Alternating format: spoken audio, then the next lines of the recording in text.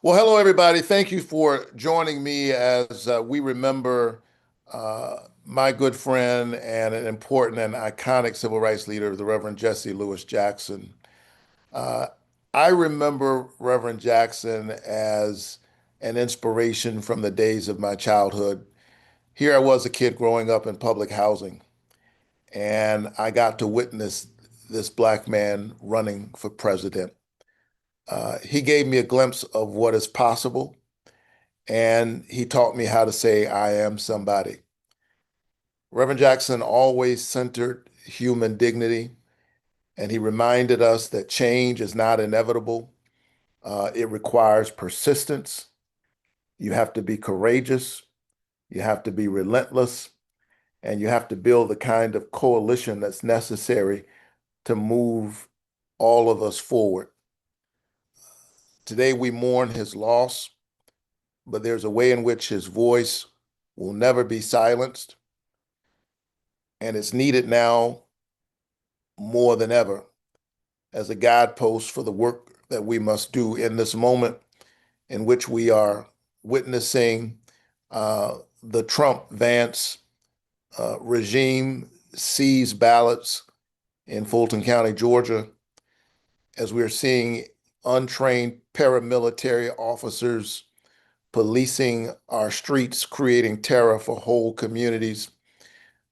We need the moral example of Reverend Jesse Jackson, who taught us that we are better when every child has a chance. And so his voice is now silenced, but his example is eternal, and that work is left to us. With that, I'll turn it back over to Elena. Thank you, Senator. And first, we'll go to Jonathan O'Brien with WSB Radio. Hi there, Senator. After the news of Reverend Jackson's passing, I immediately thought of folks who maybe weren't around during the '88 convention and when he was such a force in politics. What do you think it's important for them to know about his legacy? Well, I remember 1988. I was a student in college at the time. And first of all, his run in 1984 and 1988 changed American politics forever. Because not only was he pushing back against old school segregationists in a real sense, he had to stand up to allies in the Democratic Party and help them to see the ways in which their winner take all system, in terms of delegates, effectively disenfranchised Black voters and insurgent candidates like himself. And so, as he pushed back, even against allies, he broadened the playing field and lifted our sights and our moral imagination so that we could see what is possible. I remember that speech. For me, in many ways, Jesse Jackson's 1988 Democratic National Convention speech is the gold standard of what you need to do in that moment. He channeled the moral sensibilities and vocabulary and spiritual power of the Black church onto the national stage and created the kind of multiracial coalition that propelled him forward and made someone like Barack Obama possible and someone like Senator Raphael Warnock. He made me possible through the work that he did all of those decades ago.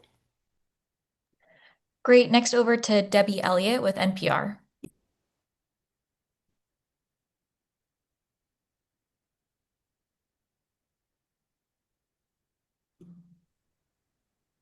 Debbie, we're not able to hear you.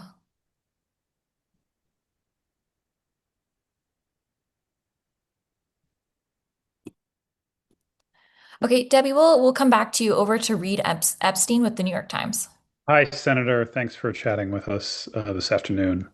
Um, I wanted to ask you for a minute about the state of Black political power in America now. The Black voters have never had more influence within Democratic Party presidential primaries. There's more Black senators than ever before, and yet we've seen the Voting Rights Act is in some peril at the Supreme Court, and like you said about President Trump coming after uh, voting records in Fulton County and elsewhere. And I just was curious, kind of how you see this moment in American politics for Black voters, and kind of how you would gauge Black political power at this point in time. Well, he helped us to see our own power. And he had to push back against a lot of friends, even to show that in the Democratic Party, certain Black leaders who were used to negotiating power in a certain kind of way. He broadened the lane of what's possible. And that's the work that we have to do because while he saw our power, the adversaries of progress and racial justice also saw our power. And we are witnessing right now in real time the kind of attack on voting rights that really does harken back to the darkest days of the civil rights struggle. As you know, I came to the Senate fighting for voting rights, trying to get the John Lewis Voting Rights Advancement Act passed.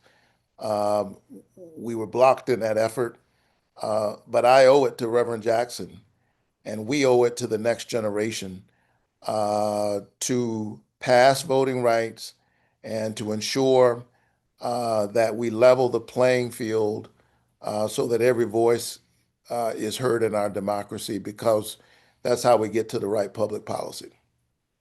And over to Tia Mitchell with the agency.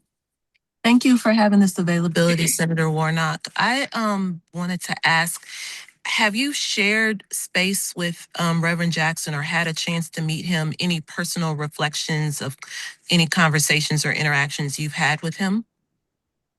Oh, I've had many interactions with him. Uh, Everything from us sharing a meal together at Pascal's to having him to come and preach uh, in the Ebenezer pulpit from the earliest days of my ministry there. I invited him my very first year as pastor of the church. And it was on that visit that he began to talk to me about the situation in New Orleans, where you had people who had been evacuated as a result of Katrina to Atlanta. And because the state of Louisiana was requiring voters to vote in person, the concern that many of those voters would be disenfranchised. So early in my ministry at Ebenezer, I created something called the Freedom Caravan, and our church literally took busloads of Katrina evacuees back to New Orleans so that they would not be disenfranchised in their own city. It was Jesse Jackson who sparked in me that concern, pointed it out, and in a sense, put me on the road to the work that I continue to do on voting rights to this very day. And apologies all, we are going to have to wrap here, but getting closer to the funeral and the memorial service, we will make some more time for media availability. So thank you everyone for logging on today, and we'll be in touch.